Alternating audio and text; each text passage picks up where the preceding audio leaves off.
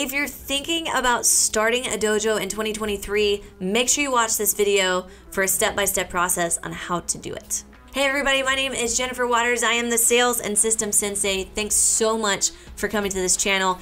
In today's video, I'm gonna break apart how to start your own martial arts school in 2023. Currently, if you're teaching in a rec center, maybe you're teaching inside of another facility and you're thinking, okay, I've got enough students and now I wanna take the leap. I wanna start my own martial arts school. You're gonna need the 3 things I'm gonna tell you inside this video in order to avoid the pitfalls and to hit the ground running. So the very first thing that you need to start thinking about is location. Sometimes people get caught up in location and they want to get the most premium space when they're first starting. I've seen great success with going the opposite way. Instead of starting with the most premium space, move away from the worst part of town to, the average part of town. If it's a little bit older than the newer construction areas, it means that rent is going to be less expensive. Before you start thinking about a commercial facility, it's really important that you've already built up and established a student body. The worst thing that I see is I see potential martial arts school owners go in and start off with 1 student and open up a brand new facility, and they're not part of a chain, they're not part of anything else. They just start with no students or 1 student, and they expect that if they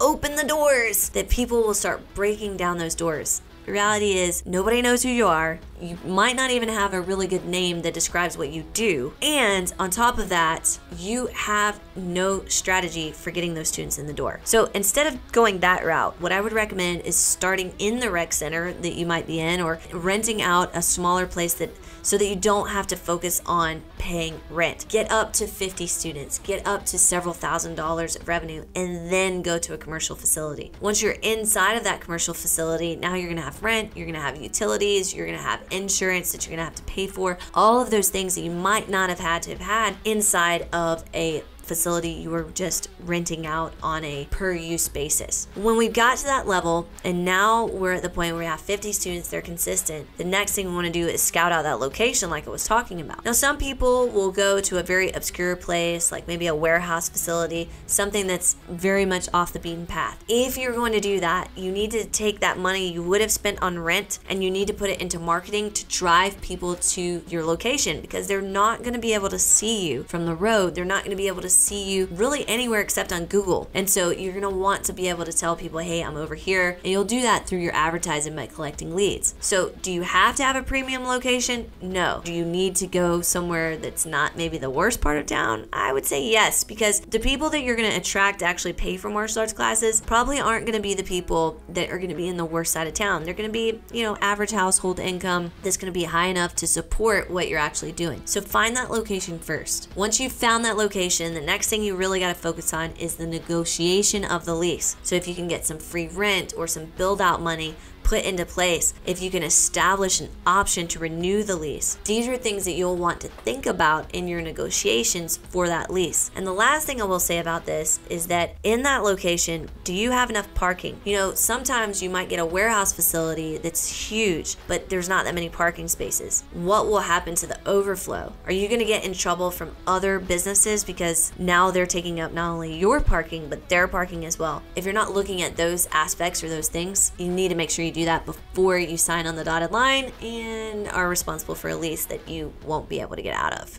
Now, the next thing that you really have got to have squared away before you move in and before you start your martial arts dojo is a marketing budget. The thing that I see a lot of people do, again, like I just mentioned, is open up a martial arts school, expect that people are coming in. Now, let's say that you already did what I said earlier. You have an established base, you have a couple of $1,000s. What do you do next? Well, you need to have a margin. There's got to be a little bit of cushion there. Don't rent more than what you can afford right away. So that cushion that you have there needs to not only take care of you being able to pay for your salary, and I'm not saying you're going to get a lot of money in the beginning. It might be very nominal in the beginning, but the rest of that money needs to be poured back into marketing, into online ads, into offline strategies where you go out and you generate leads in the community. That's all where your money needs to go, okay? Don't put it back into you just yet, because if you take away that marketing, it's like taking oxygen away from a fire. That fire is going to die, and so is your martial arts school. So you need to really think about How much money am I going to spend? Can I afford to spend $500 a month, $1,000 a month, $2,000 a month on marketing? If the answer is yes, then you're going to scale very, very fast. If the answer is no, then your growth is going to be very slow because you're going to have to rely on referrals, or you're going to have to rely on offline strategies, which for a lot of people, they don't want to do the offline strategies. They just want to stick online. And in order to do that, you got to have money to be able to run ads, and you're probably going to need a company like my company that will actually do it for you, because you could waste a lot of time and money trying to figure out how to do it yourself. So you'll want to have an expert helping you market online.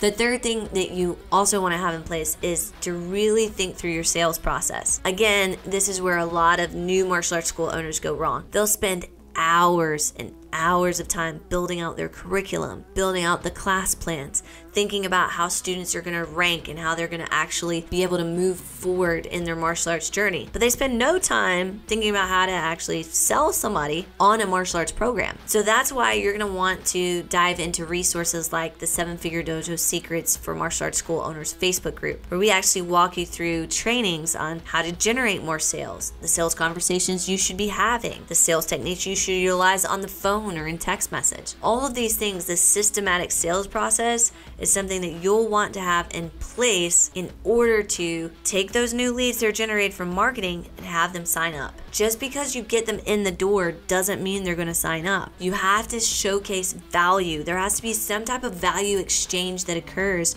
for that person to pay you not only what you're worth, but what the market in your local area determines that they should be paying for your martial arts classes. So I really think that it's important for you to do what we've done with other clients of ours and help them implement a systematic way to generate leads and also to implement those strategies and put them in place for the new students that are coming in the door. So again, wrapping this whole thing up. Number 1, think about your location. Number 2, have a marketing budget set aside.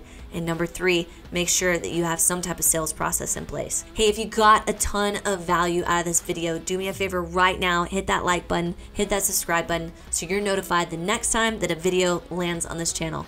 Until then, guys, keep being awesome.